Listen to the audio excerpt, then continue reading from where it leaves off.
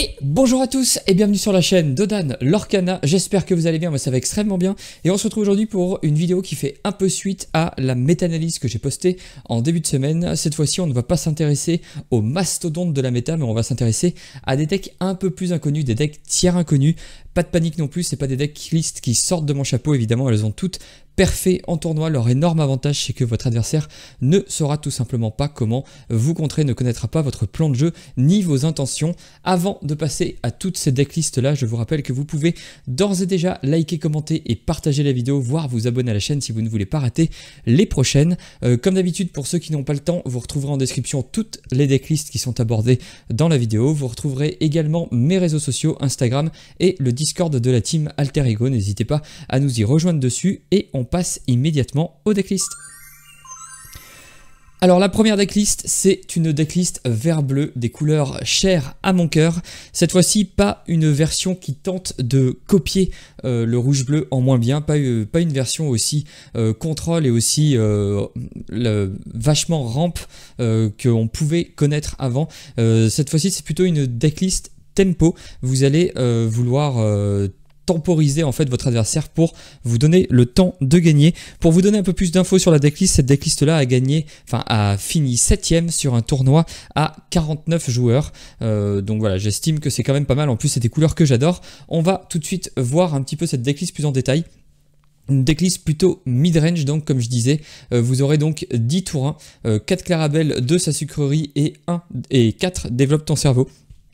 Alors on le voit immédiatement, on s'en doute quand on voit la petite Clarabelle, on se doute qu'il y a donc la grosse Clarabelle. Comment prendre cette decklist là dans le bon sens? Sa sucrerie, je pense qu'il est là vraiment pour apporter le nombre de T1, être sûr de poser un T1, et puis ça reste quand même 1 de 2 pour 1, je pense que c'est important. On sait que le vert bleu a parfois du mal quand l'adversaire pose, prend le board, surtout que dans cette version là on n'embarque pas sous l'océan.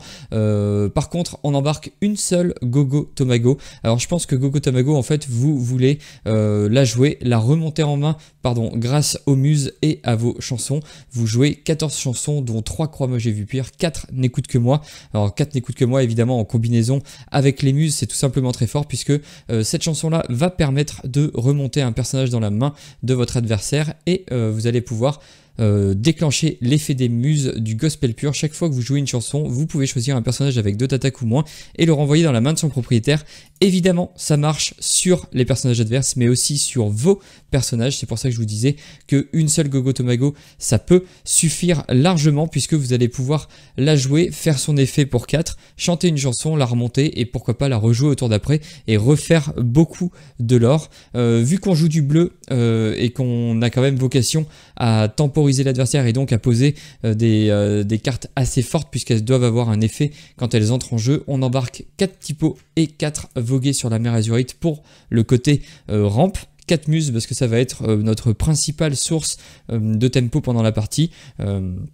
Tout simplement, 2 Balthazar Picsou parce que c'est un excellent loreur avec des stats tout simplement énormes pour un coût vraiment faible, une 5-5 pour 4 non crabe qui leur 2. Une fois que vous aurez posé ce ton là, vous allez globalement faire des dégâts à l'adversaire ou forcer l'adversaire à réagir.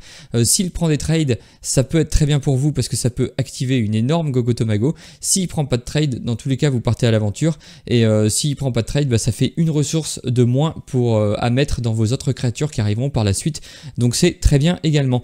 4 Grand Vertala parce que on veut quand même piocher et trier un petit peu son deck, donc on joue Grand Vertala, elle a fait ses preuves dans énormément de decks, notamment le deck bleu-rouge. Dans la partie tri un petit peu de son deck, on joue évidemment comme je vous l'ai dit 4 développe ton cerveau qui permettent de regarder les 2 premières cartes de votre pioche, d'en ajouter une à votre main et de remettre l'autre sous votre pioche.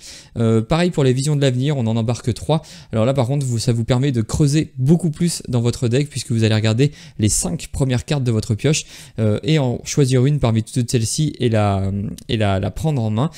Donc ça vous permet, ces 3 cartes plus la Grand Vertala, ça vous permet globalement d'aller chercher les solutions que vous voulez trouver en fonction de ce que vous propose votre adversaire ou Ça vous permet en fait de creuser votre deck et donc de passer en revue le plus de cartes possible et de trouver la carte qu'il vous faut au moment où il vous la faut.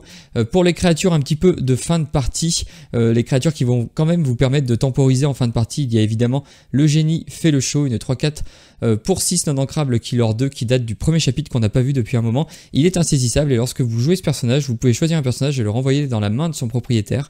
Donc ça marche très bien pour temporiser un board un peu trop agressif de votre adversaire. Ça peut aussi marcher très bien pour protéger une de vos créatures et la remonter dans votre main.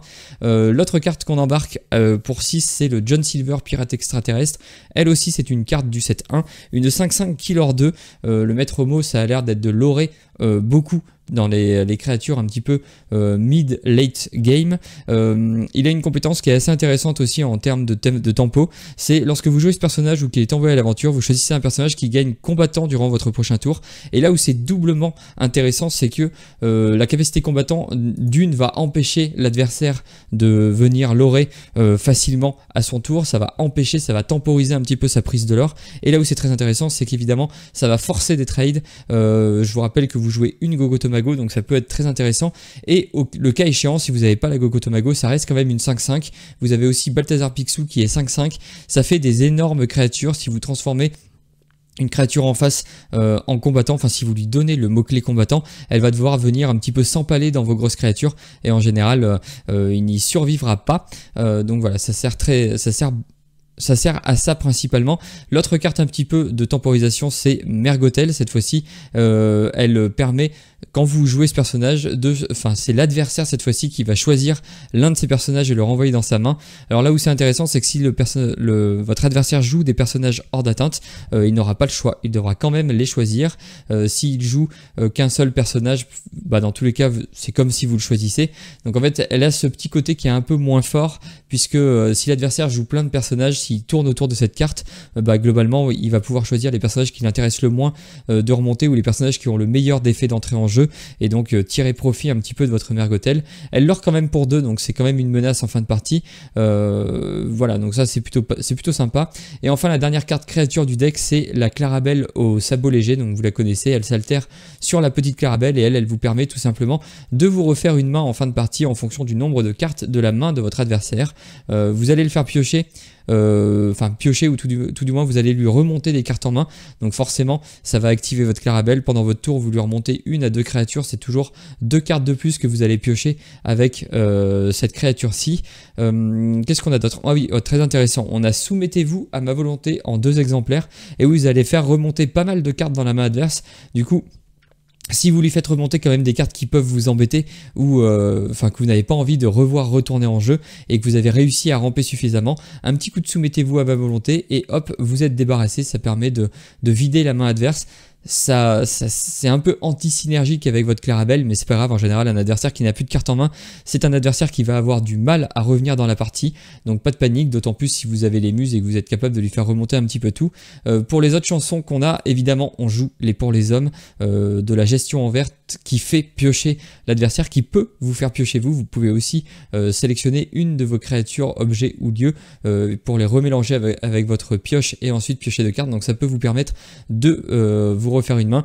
Évidemment, si vous avez Clarabelle en jeu, il n'y a aucun intérêt de ne pas remonter de ne pas le jouer sur une créature adverse, puisque oui, vous allez le faire piocher, mais ça va renforcer encore un peu plus votre Clarabelle.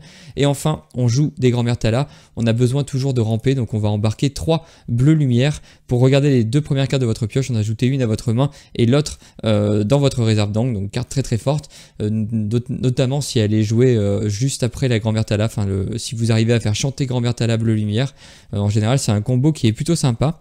Et enfin, un petit manoir de Picsou. Vous allez quand même pas mal brasser votre deck, vous allez quand même pas mal creuser dans votre deck, donc des cartes en un seul exemplaire trouvent leur intérêt. Le manoir de Picsou, évidemment, c'est ultra situationnel, ça va dépendre de ce que vous rencontrez. En général, on aime les jouer contre des decks qui ont des gestions de masse, notamment je pense au rouge avec les Soyez prêtes. Si vous arrivez à poser un manoir de Picsou, l'adversaire va être globalement, avec d'autres boards, évidemment, si votre board est aussi assez menaçant, l'adversaire va souvent être un peu embêté s'il doit jouer, soyez prête et que vous avez un manoir de Picsou, puisque vous allez pouvoir tout simplement reconstruire derrière et continuer à lorer. La prochaine decklist que je voulais vous montrer, c'est une decklist vert jaune aggro. Alors elle a fait 2e sur 20 à un tournoi français. C'est Build Bizarre qui l'a joué, j'adore son pseudo, je trouve ça très très drôle. Et en fait le thème du deck, c'est toutes les cartes doivent coûter en dessous de 3. Enfin le thème du deck en tout cas, c'est ce qu'on peut retirer du deck, c'est que toutes les cartes coûtent moins de 3, donc une courbe de mana très basse, ce qui explique pourquoi vous pouvez vous permettre d'embarquer 20 non ancrables. Et sinon pour la construction du deck, c'est que des créatures, que des cartes qui vont avoir vocation pour partir à l'aventure et l'aurait très fort, par exemple 4 Daisy, 4 Fred qu'on n'a pas encore vu dans la méta, mais à chaque fois que ce personnage est défié, gagnez 2 éclats de l'or. Donc en gros, vous avez une 1-1 qui va partir à l'aventure. Si l'adversaire choisit de vous le défier, il vous donne 2 éclats de l'or. C'est un peu le même principe que le Balou. Donc je prononcerai pas son sous-texte parce que je risque de ne pas le prononcer comme il faut, mais c'est une 0-3 pour 3 non ancrables qui a rempart. Et lorsque ce personnage est banni, lui par contre c'est pas lorsqu'il est défié, c'est lorsqu'il est banni, peu importe comment, vous allez gagner 2 éclats de l'or.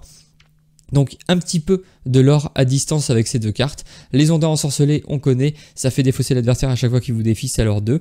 2 petites Lilo pour avoir un petit peu toujours cette carte que vous pouvez ramener sur le board si l'adversaire a réussi à vous tirer dans le mid-late game et que vous n'avez pas réussi à trouver votre pioche. La Lilo, globalement, ça vous permet d'avoir toujours une carte à proposer à l'adversaire. Ça peut faire la différence en plus de la carte que vous allez jouer, puisque je vous rappelle que vous avez besoin de 3 mana pour jouer l'entièreté du deck. Donc en gros, dès que vous arrivez à 5 de mana, vous pouvez jouer la Lilo à tous les tours, piocher une carte et jouer cette carte-là. Donc vous proposez à votre adversaire 2 menaces par tour avec juste 5 d'encre, ce qui n'est pas non plus impossible à obtenir. 4 porcinés parce qu'on a un deck qui a envie d'être très agressif, donc forcément les porcinés rentrent dedans. Une 2-2 pour 2 en crabe. Tant que vous avez au moins 2 autres personnages en jeu, ce personnage l'aura 2 de plus, donc il l'aura pour 3. 4 Simba pour protéger un petit peu votre board. Pourquoi pas faire croire à votre adversaire que vous avez le gros Simba qui peut arriver en alter dessus et du coup le forcer un petit peu à envoyer des ressources dans ce petit Simba. 4 Banzai parce qu'on veut aller vite et c'est évidemment un très bon loreur pour seulement 2. 4 Flynn Rider, lui aussi c'est un bon loreur qui en plus fait le même effet que Onda ensorcelé. Qu'en gros Flynn Rider avait un peu disparu parce qu'on avait mieux à jouer autour d'eux. Dans un deck qui veut jouer que des cartes au coût inférieur à 3, évidemment, il retrouve sa place. 2 Triste Cire pour le côté insaisissable. C'est une 3-1, ça peut aller chercher des cartes comme Diablo en face. Et si l'adversaire veut le trade, ça lui fait quand même beaucoup de dégâts dessus, donc c'est très intéressant. Les Balous, on les a déjà vus.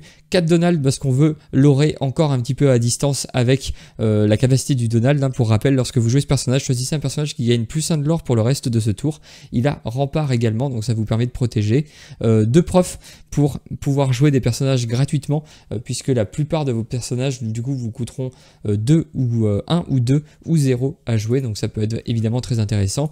Non, alors lui non, c'est pas celui qui vous donne c'est TAC cette fois-ci, ami dans le besoin, une 3-4. Très très bonne stat, Killer 2 pour seulement 3. Évidemment, il a une contrepartie, c'est que lorsque ce personnage entre en jeu, il entre en jeu épuisé, à moins que vous ayez un tic en jeu. Ça tombe bien parce qu'il y a un tic qui est plutôt intéressant dans un deck aggro. C'est celui-ci, tic ami, dont on a besoin. Lorsque vous jouez ce personnage, choisissez un personnage qui gagne plus 1 de l'or pour le reste de ce tour. C'est une 3-3. Il a même le même effet que Donald, et en plus, il vous permettra de jouer des tacs non engagés, donc des espèces de gros l'horreur qui ne seront pas engagés et du coup l'adversaire va devoir un petit peu batailler pour vous les détruire. L'autre carte intéressante, c'est évidemment la Tiana qu'on n'a pas du tout vue pour l'instant dans cette méta du 7-6. Pour rappel, c'est une 1-4 Killer 2 qui coûte 3 non ancrables. Tant que ce personnage est épuisé, chaque fois que l'un de vos personnages est défié, le personnage qui défie subit moins 3 d'attaque pour le reste de ce tour, à moins que son propriétaire ne paie 3. Donc en gros, ça va protéger votre board d'une manière un petit peu inédite dans l'Orcana qu'on n'a pas encore beaucoup vu. En gros, ça va affaiblir les personnages qui vont venir défier vos personnages.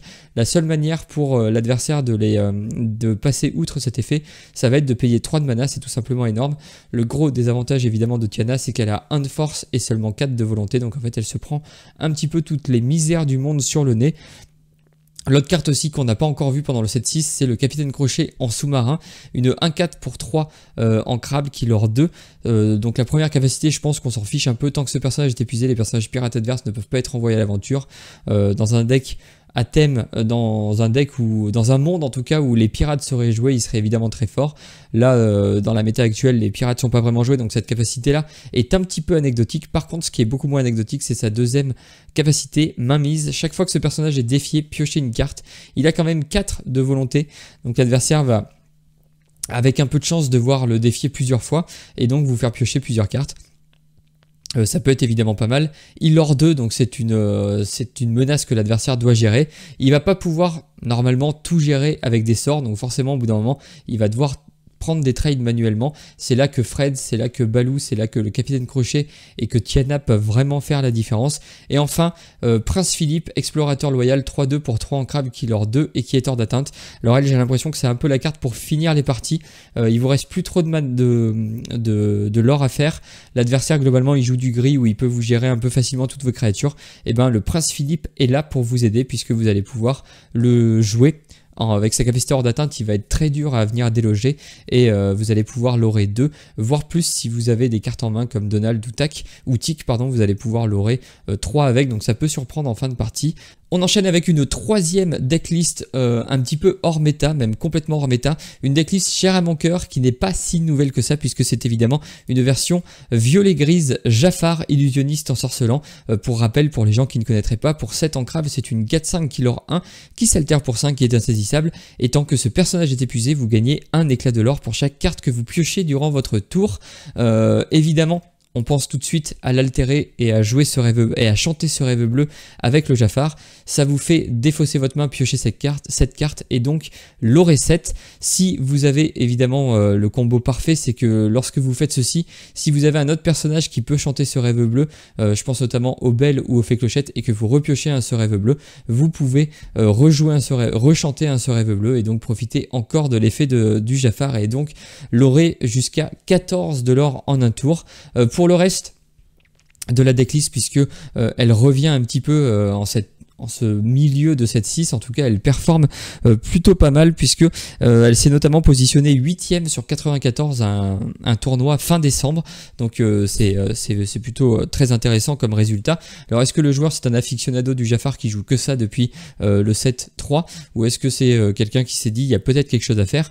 Bref, si vous aimez Jafar, sachez que cette decklist là peut être largement envisagée pour les 7 championships. En plus l'adversaire va s'attendre à une version plutôt classique de Vergris maintenant que ça existe et vous allez potentiellement pouvoir le surprendre avec une version plutôt Jafar.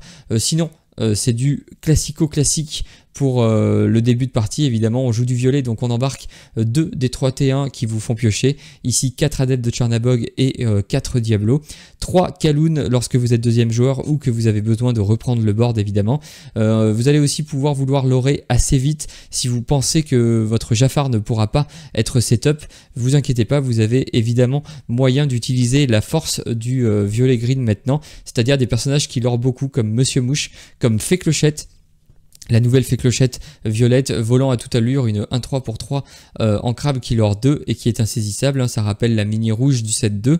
L'avantage c'est que maintenant vous pouvez l'aurer avec elle en début de partie et ensuite altérer la grande Fée Clochette dessus qu'on ne présente plus évidemment, qui fait un dommage à tout le monde et qui permet lorsqu'elle attaque de répercuter d'autres dégâts sur un autre personnage. Évidemment altérer la Fée Clochette c'est tout simplement monstrueux si vous y associez un Tuons la Bête. Globalement vous allez altérer votre Fée Clochette, chanter Tuons la Bête et faire 3 de dégâts à tout le board adverse.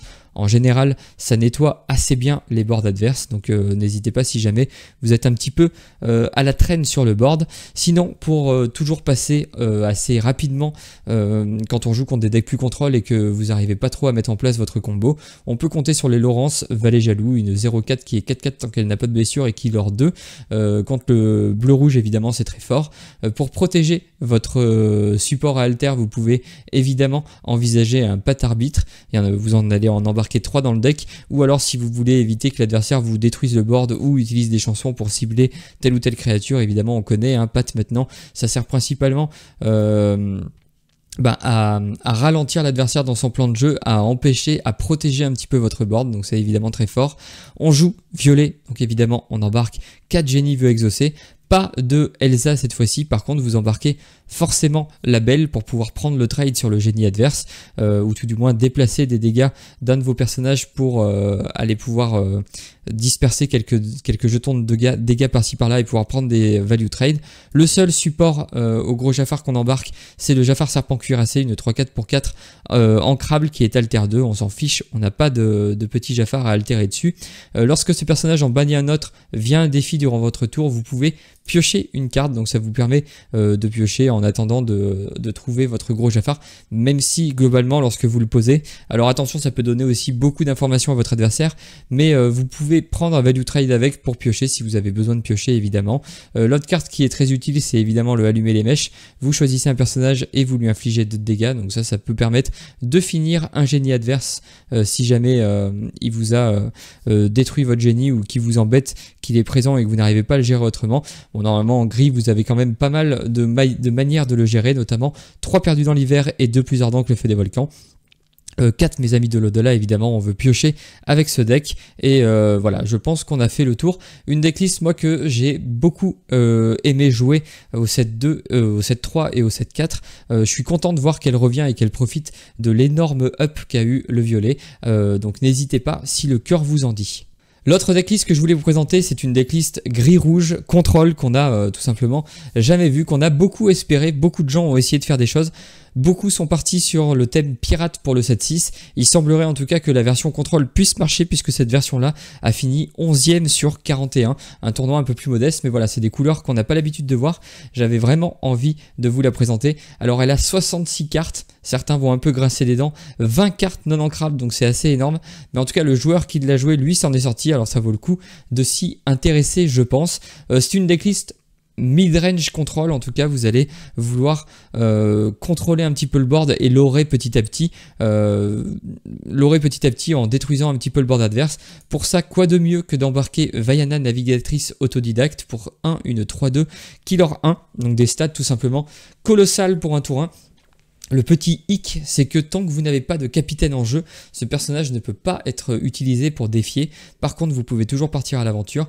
Donc l'adversaire risque de se casser les dents sur votre Vaiana, mais vous inquiétez pas, vous êtes une version quand même qui embarque quelques capitaines, notamment le capitaine crochet dueliste aguerri, pardon, une 1-2 pour 1 en crabe killer 1 et qui devient offensif 2 lorsqu'elle attaque, donc ça devient une 3-2.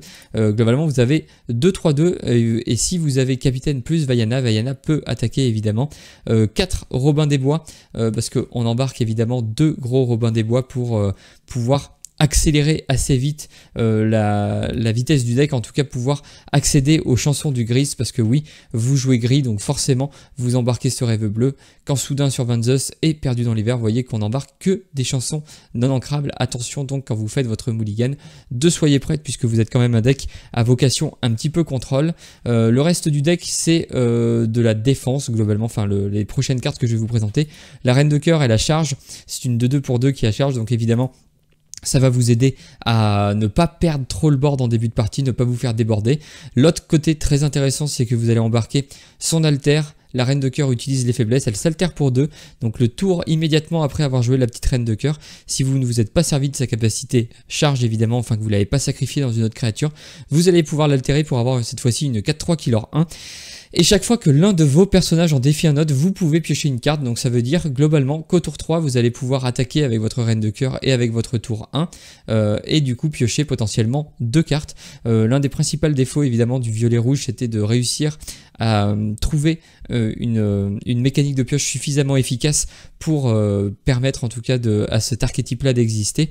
Là c'est chose faite, ça a l'air de plutôt bien fonctionner. Je pense que si la personne a réussi à se placer aussi bien dans un tournoi, à mon avis c'est que elle a de la maîtrise sur son deck évidemment, hein, on connaît pas le deck donc la plupart des gens vont certainement mal le jouer, mais voilà, si vous prenez un peu d'entraînement dessus, je pense que c'est des couleurs qui peuvent vraiment surprendre.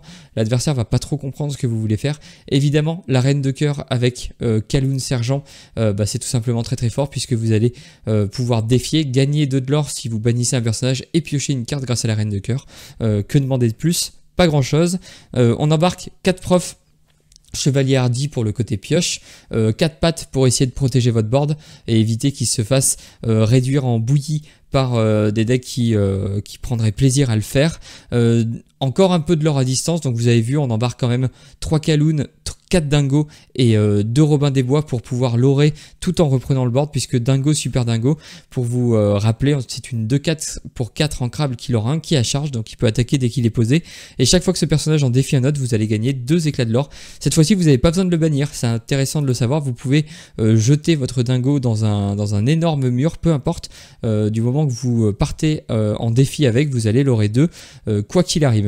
L'autre carte intéressante du deck, c'est la Raya, 3-3 pour 4 ancrables qui lore 2. Une fois durant votre tour, lorsqu'une carte est placée dans votre réserve d'encre, vous pouvez choisir un autre de vos personnages et le redresser. Ce personnage ne peut pas être envoyé à l'aventure pour le reste du tour, mais il peut évidemment défier et chanter. Donc ça peut être... Elle lore 2 hein, déjà, donc c'est plutôt intéressant comme c'est plutôt une carte qui va proposer à l'adversaire en tout cas de lorer assez vite, et en plus son effet est plutôt pas mal, puisque si par exemple votre Kaloun survit ou peu importe, en fait ça va vous permettre de réactiver 2 fois votre reine de cœur, l'effet de votre reine de cœur, de piocher 2 fois, pourquoi pas aller bannir 2 cartes à votre adversaire, et donc de profiter des bursts de lore un peu plus conséquents que vous proposerez Kaloun, Dingo et Robin des Bois. Donc vraiment il y a tout un petit peu qui s'imbrique dans ce deck. Plus on découvre les cartes, plus on se dit que ce deck là en effet a plein de petites synergies et que ça doit être vraiment très très fun à jouer. La bête héros tragique qui fait son grand retour dans ce deck là pour vous aider à piocher évidemment. Robin des Bois on l'a vu, donc ça peut vous permettre de reprendre le board, de lorer tout en reprenant le board et de piocher lorsque ce personnage est banni. Très intéressant également. 2 Madame de Tremaine, 2 Madame Médusa pour le côté un petit peu contrôle en début de late game, 2 Fée Clochette tout simplement pour nettoyer aussi le board adverse et proposer une énorme menace. En général la Fée Clochette dans certains match-up c'est un petit peu rideau pour des decks par exemple un peu aggro qui aiment partir à l'aventure, poser une garde, partir à l'aventure au tour d'après. Globalement avec votre Fée Clochette vous allez lui imposer en tout cas de faire attention à ce qu'il envoie à l'aventure pour ne pas se faire punir par la Fée Clochette. Et enfin 2 Simba, fils de Mufasa, une carte qu'on n'a pas beaucoup vue, une 3-5 pour 6 ancrables qui lore 1.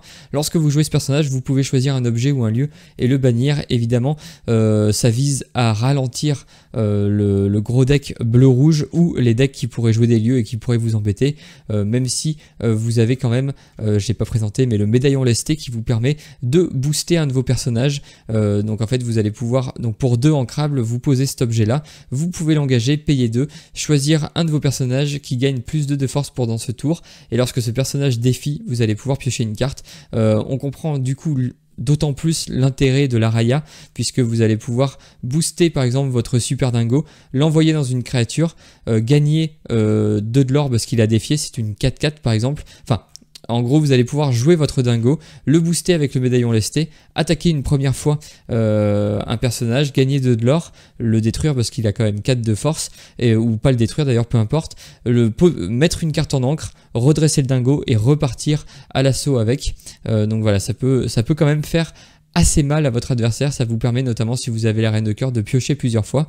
Donc voilà, on sent que ce deck c'est un deck de synergie qui demande un petit peu de maîtrise quand même, un petit peu de feeling, un petit peu de sensation sur le deck pour vraiment en tirer le plein potentiel. Et enfin on joue du rouge, donc évidemment pourquoi se priver, 4 bagarres pour aller détruire un petit peu les créatures pénibles en début de partie.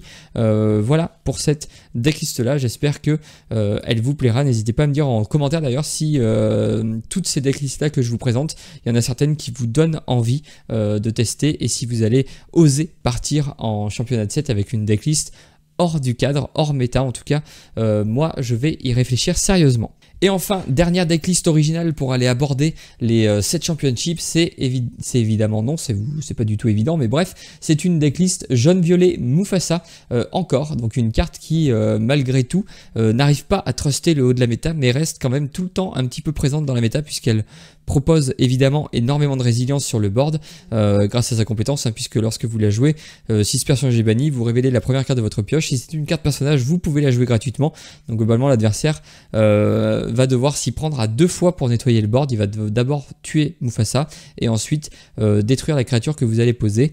Ça me rappelle énormément la decklist qui avait remporté un des premiers Lorcana Challenge côté Amérique. J'avais adoré cette decklist là, c'est des couleurs qui me parlent, mais pas vraiment dans la version aggro. J'aime bien la version aggro, elle est assez sympa, mais je préfère jouer des versions un peu plus mid-range.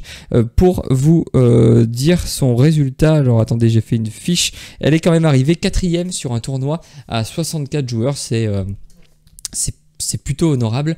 Si vous avez un bon feeling avec cette decklist là, n'hésitez pas à vous entraîner dessus, voir si elle vous plaît et pourquoi pas à la ramener lors d'un set championship. Pour la decklist en tant que telle, elle est assez classique, beaucoup de tours 1 comme vous pouvez le voir, on en embarque 15 si je dis pas de bêtises, c'est ça, ça fait 12 plus 3, 15, dont évidemment les Daisy, 2 des 3 cartes qui vous font piocher en violet, les Adeptes et le Diablo, et la Nala pour avoir un personnage sur le board qui reste un peu plus longtemps que les autres, hein, elle est 0,4, donc elle fera pas beaucoup de dégâts. Attendez, vous allez voir que si, mais elle va être assez dure pour votre adversaire à aller gérer et ça peut vous permettre évidemment de lancer vos Madame Mime dessus, que ce soit la Mime Serpent ou la Mime Renard que vous embarquez toutes les deux en 4 exemplaires. Ensuite, on est quand même une decklist aggro midrange, c'est quand même soit c'est le haut de la curve aggro, soit c'est le bas de la curve midrange, mais voilà, vous allez vouloir pas non plus que les games s'éternisent trop, donc vous allez embarquer 4 porcinés, des 2-2 pour 2, un killer pour 3 lorsque vous avez un board assez conséquent, lorsque vous avez 2 autres personnages en jeu. La carte qui vous permet de transformer vos Nala pas en des monstres non plus mais en des cartes qui peuvent faire des dégâts à l'adversaire, c'est évidemment Madame Mime minuscule adversaire. Vos autres personnages gagnent offensif plus 1, tous vos autres personnages gagnent offensif plus 1, elle-même a offensif 1, donc c'est une 0-3 qui devient 1-3 et elle va permettre du coup à Nala de devenir 1-4, à votre Diablo de devenir 1-1 et donc en fait, et plus intéressant encore, ça va surtout permettre à vos autres personnages de gagner ce petit point de dégâts qui peut faire la différence lorsque vous allez chercher à reprendre le board, à faire des value trades, à faire des trades qui sont en votre avantage évidemment. Ensuite on a 3 roses blanches pour finir les games, hein, comme avec les Merlin Chèvres. Évidemment si vous arrivez à bouncer ces cartes là et à les rejouer avec vos Madame Mime Renard, bah, c'est très très fort. Merlin Crabe parce qu'on joue quand même les Nala et les Diablos, donc ça peut être intéressant lorsque vous le posez de transformer votre Nala en une 3-3 ou une 4-4 si jamais vous avez la petite Madame Mime. Pareil pour le Diablo, ça vous permet de transformer ces personnages de début de partie qui sont pas très impactants et que l'adversaire va souvent ignorer. En fait si vous arrivez à les rentabiliser avec un Merlin Crabe par exemple, bah, l'adversaire c'est pas que c'est double peine pour lui, mais en gros vous avez posé un personnage qui servait pas à grand chose et qui a quand même fait des points de l'or. L'adversaire l'a plus ou moins ignoré parce qu'il s'est dit que c'était pas très grave. Vous jouez un Merlin, vous prenez un trade avec votre Nala et là bah, pour le coup cette carte là est vraiment rentabilisée, ça devient vraiment intéressant. Le Merlin Crabe, hein, bien sûr ça va très très bien avec toutes les cartes du jeu, notamment avec les Madame Mime Renard, hein, ça vous permet, vous jouez votre Merlin Crabe, vous jouez la Madame Mime par dessus, ça vous permet d'avoir une 7-3 charge qui va globalement chercher un petit peu tout ce qu'elle veut pour se prémunir parce que on l'a compris, le 7-6 voit arriver le violet en force avec un milieu de partie où il brille énormément avec le génie vu exaucer. Donc forcément, on veut essayer de mitiger un petit peu cet effet du génie, notamment si vous êtes deuxième joueur. Donc on embarque évidemment 2 Peter Pan et 4 Elsa et 2 Belle. Bon, ça sert pas uniquement à ça, hein, ces cartes-là, mais ça va vous permettre globalement, lorsque vous affrontez du violet, et vous devriez affronter du violet, je pense, de pouvoir un petit peu contrer le génie adverse, être en tout cas un peu plus serein lorsque vous jouez contre ces decks là pour éviter que l'adversaire tout simplement s'envole avec un génie que vous pouvez pas gérer. Ça on l'a déjà vu. La Belle, bon je vous présente plus hein, le combo pour pouvoir aller chercher les génies en face, et un Tchernabog si jamais la partie s'éternise un peu et que vous perdez beaucoup de personnages. Globalement vous avez quand même des personnages assez faibles qui vont pas rester longtemps sur le board, et bien au bout d'un moment vous pouvez jouer votre Tchernabog qui va coûter très peu cher, qui va en plus remélanger toutes ces cartes dans votre deck, donc vous permettre de repiocher par exemple vos Mufasa, vos Merlin Chèvre ou d'autres cartes qui pourraient vous être utiles, et de proposer évidemment à votre adversaire une 9-9 Killer 3. Donc voilà, c'est pas du tout une carte anecdotique, elle permet pas juste évidemment de remélanger les cartes avec votre deck, elle permet de finir les games avec un énorme stack posé sur le board qui va se faire plaisir.